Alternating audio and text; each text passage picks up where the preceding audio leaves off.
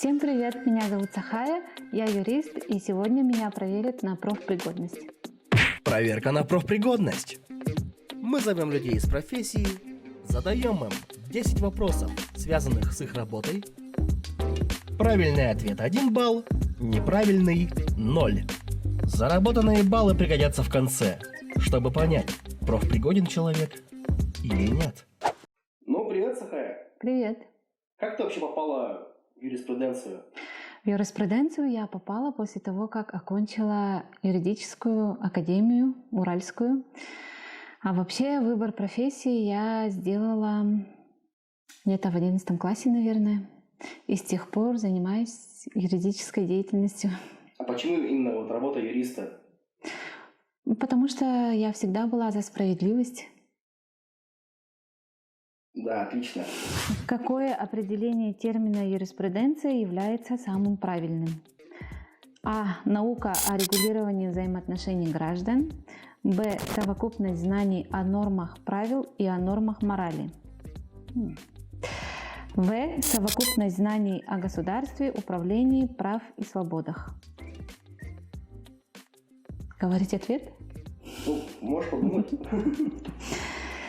Это совокупность знаний о государстве, управлении, правах и свободах, потому что взаимоотношения граждан регулируются не только юриспруденцией, а нормы, правила и нормы морали, они тоже не только юриспруденцией регулируются. Следующий вопрос. Евгений Р., когда ему исполнилось 16 лет, вступил в брак с Надеждой Д. Он не мог вступить в брак в 16 лет. На момент вступления в брак Николай находился на попечительстве своей тети Марины Михайловны.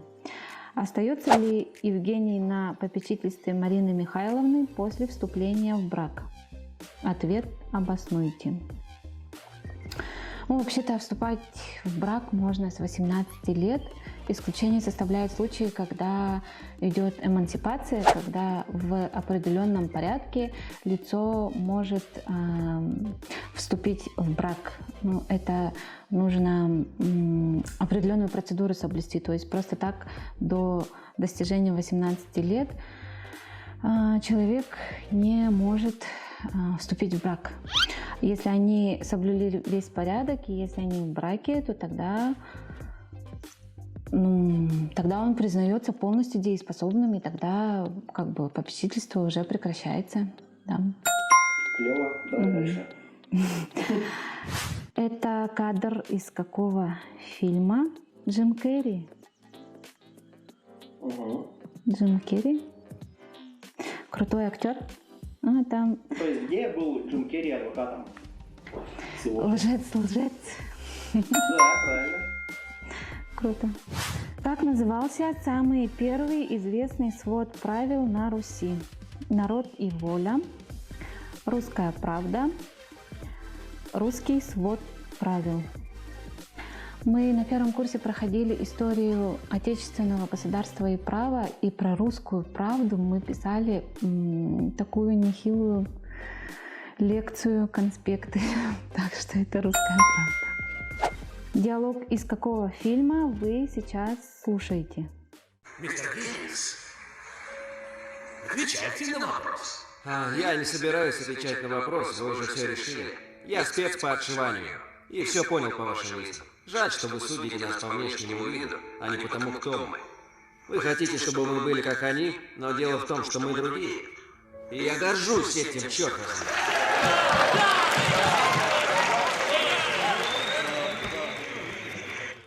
То есть там подсказка такая, то есть там он, в общем, парень типа сделал свой универ, как-то, у меня так получилось. И вот они в конце, типа, они на заявке присутствуют сейчас. К сожалению, я не могу ответить на этот вопрос. Потому что либо я не смотрела, либо я не помню, потому что я фильмы не очень хорошо запоминаю, мягко говоря. Я запоминаю законы. Нас приняли. Прикольно. Это он, да. Прикольный фильм, посмотри, если что. Посмотрю обязательно. Следующий вопрос. Сопоставьте нарушения с кодексами РФ, в которых они попадают. Первое. Кража шоколадки в магазине. Ну, это мелкое хулиганство. Это КоАП. Определенно мошенничество. Это, конечно, уголовный кодекс. Предоставление плохих условий на работе. Предоставление плохих условий на работе – это нарушение Трудового кодекса, но также будут нарушения, штрафные санкции по КоАПу, Кодекса об административных правонарушениях. Так что здесь подходят и Б, и В. В итоге у нас правильное В, А, Б, В. Да, клево. Тебя не проведешь, да? Ну да.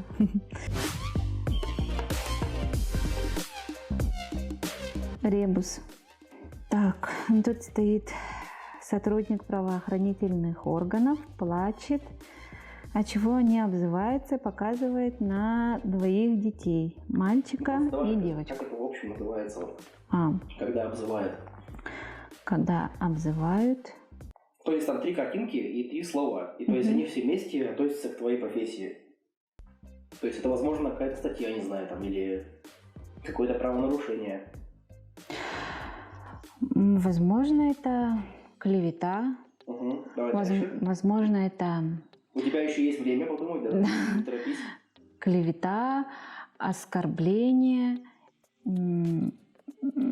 Так, может быть, это Вторую картинку. вторая картинка. Так, ну тут Там такая прям пара. любовь прям. Да, А любовь это что? любовь это любовь. Третья картинка, там, короче, стоит этот священник. Священник. Статья есть в Уголовном кодексе про религиозные преступления, сейчас точно не назову, она не такая популярная. В общем, когда какие-то чувства верующих людей оскорбляются. Ты права, только надо по-другому сказать маленечко. Что-то и чего-то. Ты правильно сказала, то есть, когда вот там тебя обзывают, что такое? Клевета, да. Еще? Клевета, что-то связанное с любовью. А? Когда тебе обидно становится. Когда обидно становится? Вот, Когда например, назову я тебя дурой. Вот, что это такое? оскорбление. Угу. И священник. Нет, ты все правильно сказал, просто она по-другому сказать, она звучит правильно, по-другому. То есть там оскорбление, верующих. Оскорбление чувств верующих. С подсказкой. Ну, мы зачитаем. Ладно, хорошо. Какие правонарушения были в этом видео?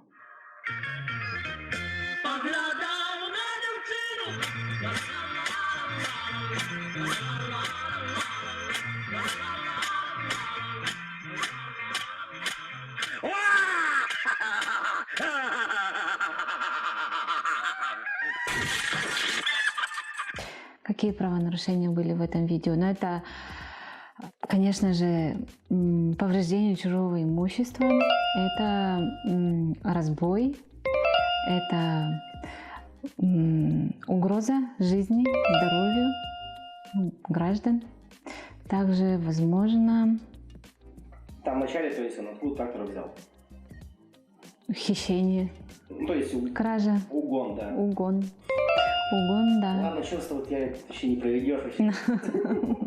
Все она знает. Угон – это когда ты имеешь намерение вот на это транспортное средство в свое пользование обратить. А когда ты угон совершаешь с целью повреждения чужого имущества, причинения вреда, то это транспортное средство становится уже как средством для достижения твоей цели.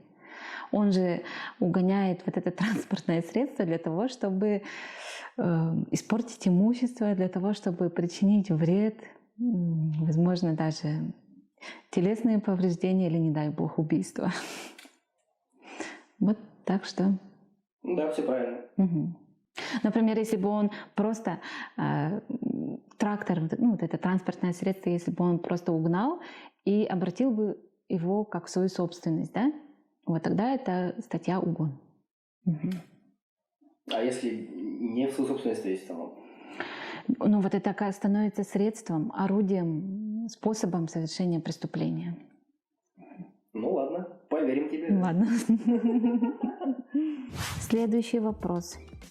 Отец совершеннолетней Елены, гражданин Рыбкин, обратился в суд с просьбой о взыскании с его совершеннолетней дочери алиментных обязательств, так как он является инвалидом.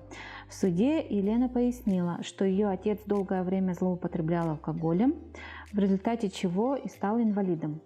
Воспитывала и содержала ее мама, отец никакого участия в этом не принимал.